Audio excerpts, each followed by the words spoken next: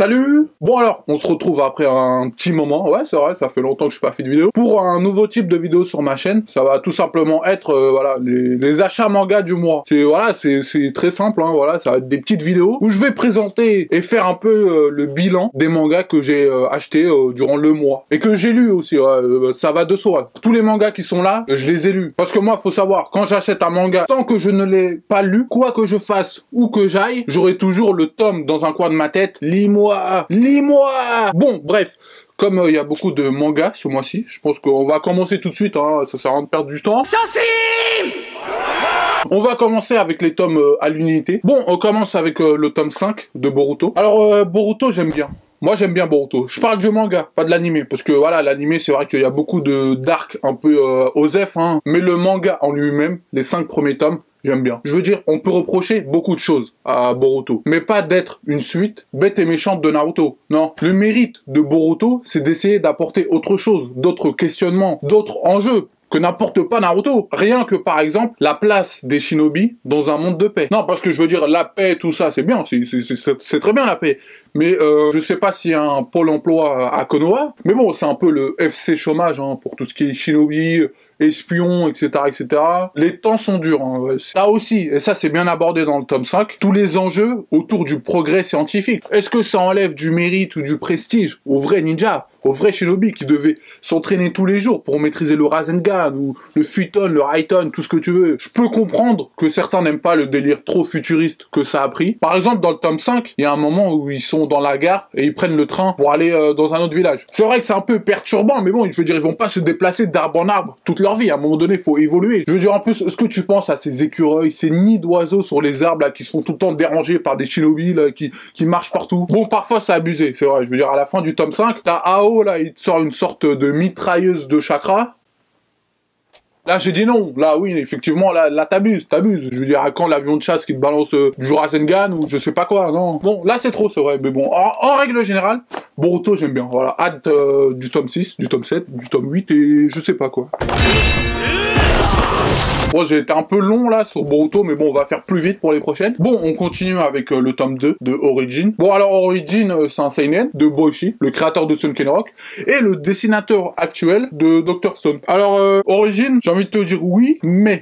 Bon, déjà, c'est du Boichi, hein, les dessins, c'est voilà, c'est le même style que Sunken Rock, c'est toujours aussi beau, oui, bien sûr. Ça, c'est une évidence. Mais pour l'instant, je reste un peu sur ma faim. Dans le sens où il y a moyen de faire un truc énorme, totalement. Je veux dire, si tu pars dans un délire, voilà, de guerre de robots, avec plein de robots, des robots géants, ça peut donner un truc énorme. Surtout que, bon, le perso principal travaille dans une société qui fabrique des robots pour l'armée américaine, etc. Donc tu peux imaginer, sans trop de soucis, voilà, des robots qui sont destinés à la guerre, combattre, et ça peut donner des trucs de ouf. Maintenant, le petit souci que j'ai, c'est que j'ai un peu l'impression qu'on est sur un Sunken Rock robotique. J'ai l'impression qu'on reste dans le même délire de bagarre, dans le même si là, ils ont des katanas, des mitraillettes, ça reste un peu le même délire que t'as lu Sunken Rock, c'est un peu la même chose. Et j'ai un peu peur qu'on reste dans le même délire, c'est-à-dire qu'avec le héros principal, qui va continuer à se battre contre voilà les autres robots là, les 7 robots là, humanoïdes, robotiques humanoïdes, un truc comme ça. Voilà, j'ai un peu peur qu'on reste là-dedans quoi. Mais ça voilà, ce serait dommage. Alors que si tu veux vraiment pousser le délire à fond, tu pars sur un truc avec des vrais robots, ceux-là, pas les robots humanoïdes, des vrais robots avec des têtes de robots, qui sont censés être fabriqués pour l'armée américaine, et tu peux te faire des grosses batailles de ouf. Bon, à la fin du tome 2, t'as un peu ce délire-là qui était vraiment pas mal, parce que la fin du tome 2, elle te laisse sur un giga robot comme ça, je sais pas si tu vois. Voilà, tu vois, une sorte de giga robot fabriqué pour l'armée, justement. Et j'ai pas lu les scans, mais je peux, voilà, imaginer sans trop de soucis que voilà, dans le prochain tome, t'as le perso principal qui va se taper contre ce robot. Et là, ça peut donner des choses intéressantes. À voir le tome 3. Et on verra, voilà.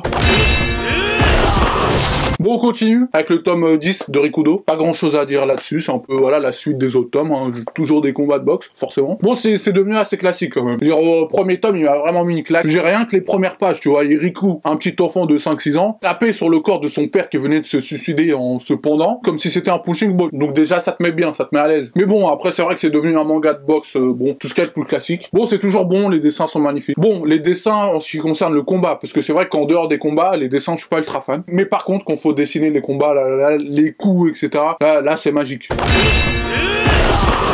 On passe au tome 1 de Arslan. Alors Arslan, j'ai vu l'animé, la saison 1 qui compte 25 épisodes, et la saison 2 qui en compte 8. La saison 2 est un peu moins bien, par contre elle te laisse sur une fin ultra hypante, avec un suspense, laisse tomber, une sorte de grande bataille entre 4 parties qui s'annonce, juste épique. Voilà. Du coup, forcément, je me sentais obligé de passer au manga, qui est, en plus, dessiné par Hiromu Arakawa, qui est, voilà, la créatrice de Full Metal Alchemist, ou Alchemist, je sais pas comment ça se dit. Bref. Et Arslan, ça fait partie de mes coups de cœur de l'année 2018. Je sais que c'est sorti depuis au moins 3-4 ans, mais voilà, j'ai découvert ça en 2018, tu veux que je te dise quoi, et voilà, je peux pas remonter dans le temps. Et c'est grandiose, j'adore. Ça parle d'une histoire de guerre de succession dans le royaume de Pars. Bon, je vais pas te faire un résumé, voilà, tu le trouves sur Wikipédia, et voilà, regarde l'animé ou lis le manga, parce que c'est magnifique. Et je vais même te dire, je vais aller loin, attention. Je pense que je préfère Arslan à Full Metal Alchemist. Pourquoi ?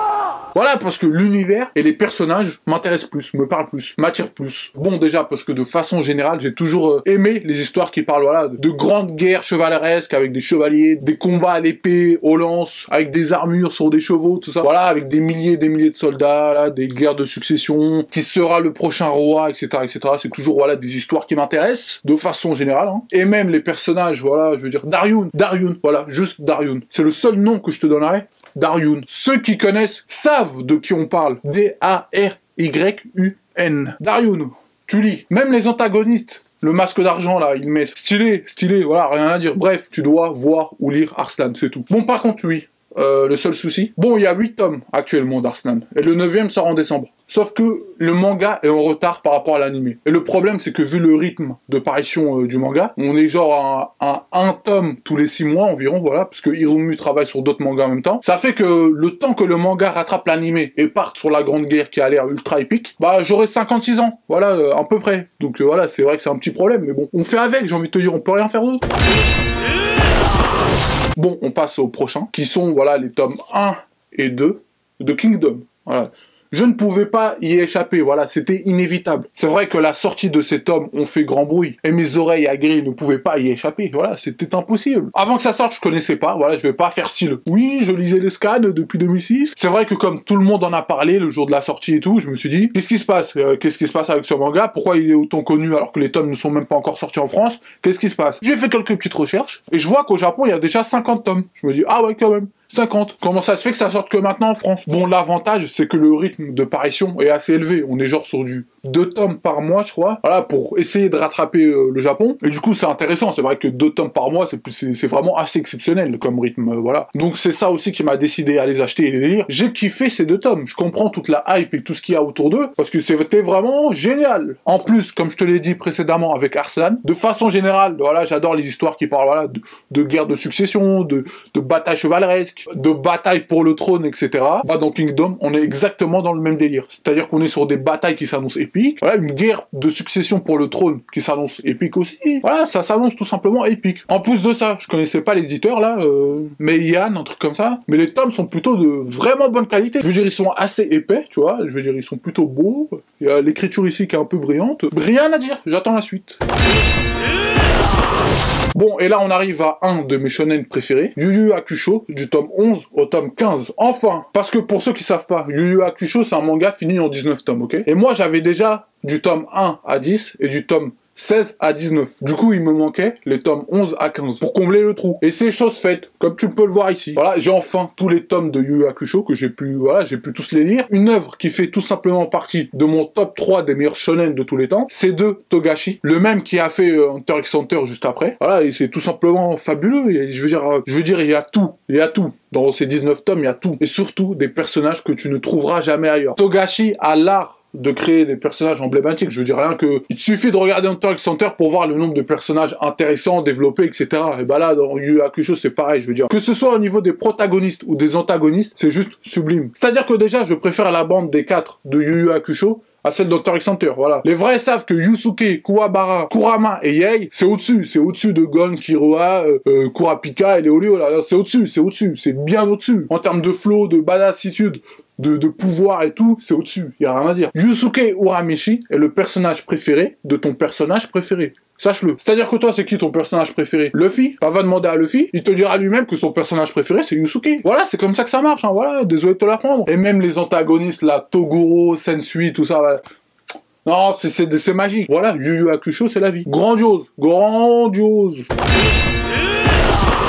Bon, on continue avec les 5 Rock du tome 19 au tome 22. Voilà, 4 tomes. Tu sais compter, je pense. Bon alors, Sunken Rock, c'est fini en 25 tomes. Il m'en reste plus que 3 avant de finir le manga. Et il faut que je me dépêche parce que Boichi a dit lui-même que Sunken Rock et Origin, c'est dans le même univers. Voilà, bon alors, Sunken Rock de Boichi, j'aime beaucoup. Les dessins, forcément, voilà, on connaît, c'est Boichi, donc voilà, c'est magnifique, c'est sûr. T'as des planches, mais c'est du jamais vu. Je veux dire, il y a des planches, tu pleures des yeux tellement c'est beau. C'est une patte, c'est un style. Voilà, donc j'aime beaucoup Sunken Rock. Bon, par contre, il y a beaucoup de fanservice. Et le fanservice en soi, c'est pas dérangeant à partir du moment où ça ne se fait pas au détriment de l'histoire. Voilà, et le problème dans Sunken Rock, c'est que des fois, le fanservice, il se fait au détriment de l'histoire. Voilà, ça ralentit l'histoire principale, en gros. Je veux dire, par exemple, j'ai beaucoup aimé les 8 premiers tomes. Tu vois l'ascension de Ken et de la Sunken Rock Team. Voilà, la team grandit, ils obtiennent un casino, ils vont en Italie voir une mafia italienne, etc. Voilà, t'es en pleine progression de l'histoire principale. Et d'un coup, vers le tome 9, t'as Ken qui décide de devenir garde du corps, voilà, d'une chanteuse de K-pop. Alors je sais que Boichi a fait ça pour dénoncer l'industrie de la K-pop, mais bon, c'était surtout un gros moyen de balancer du fanservice à fond. Et le souci, c'est que pendant 2-3 tomes, ça ralentit l'histoire principale. Du coup, c'est dérangeant. Mais sinon, à part ça, Sunken Rock, très cool. Bref.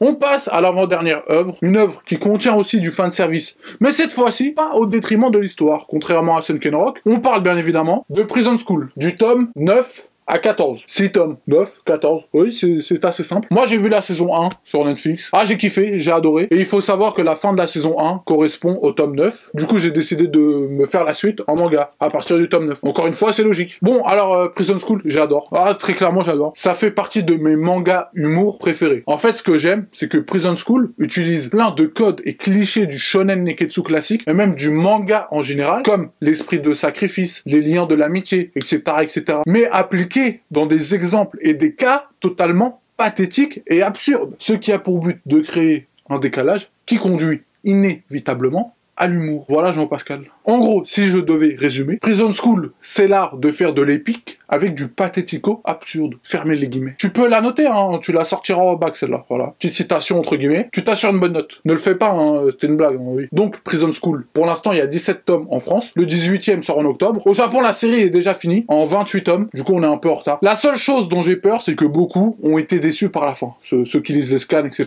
moi je les lis pas, et donc j'appréhende un peu ce moment. Mais bon, le temps qu'on arrive au 28e tome, j'aurai 56 ans, encore une fois.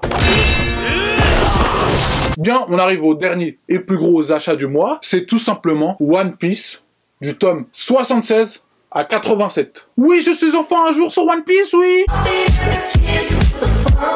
Voilà, enfin, j'ai envie de te dire, enfin, tome 87, je l'ai lu, c'est bon, je suis à jour. Au niveau des tomes, hein, parce que après j'ai pas les scans encore une fois. Oui, parce que pour ceux qui ne me suivent pas sur Twitter, voilà, il y a quelques mois, là, vers mars ou avril, j'avais décidé de me faire le One Piece et d'être à jour avant la fin de l'année. Et là, on est en septembre, et c'est bon, je suis déjà à jour. Bon, bien évidemment, c'est de l'occasion. Et Prison School aussi, je l'ai pas précisé, mais Prison School, c'était de l'occasion. Voilà, et bien évidemment, les One Piece, c'est de l'occasion. Je vais pas acheter 87 tomes en neuf. Même si j'avais déjà les 29 premiers tomes depuis longtemps, en fait. Bon, en ce qui concerne One Piece, ce que j'en pense, les points positifs, les points négatifs, je vais pas en dire plus, parce que peut-être, je dis bien peut-être, je compte faire une vidéo spéciale sur One Piece. Voilà, parce que maintenant, je suis à jour, pour bien en parler, etc., dire ce que j'en ai pensé. Je pense que ça mérite une vidéo spéciale. Je vais pas là parler de tout ce que j'ai à dire sur One Piece dans une vidéo achat manga. Ce serait beaucoup trop long. Donc voilà, One Piece, du tome 76 au tome 87. Et c'est terminé. Voilà, ça nous fait quand même pas mal de mangas. Voilà, Yu Yu Hakusho, j'ai fini, c'était magnifique. Sunken Rock, il me reste plus que 3 tomes. Prison School, 3 tomes pour être à jour. Et sur One Piece, enfin, je suis à jour. Voilà, c'était plutôt un bon mois. Donc, si vous avez aimé cette vidéo, bah, tout simplement, n'hésitez pas à me le dire en commentaire, à liker cette vidéo, et à me dire, tout simplement, si vous voulez revoir ce type de vidéo sur ma chaîne pour le mois d'octobre, pour le mois de novembre, pour le mois de décembre, etc.,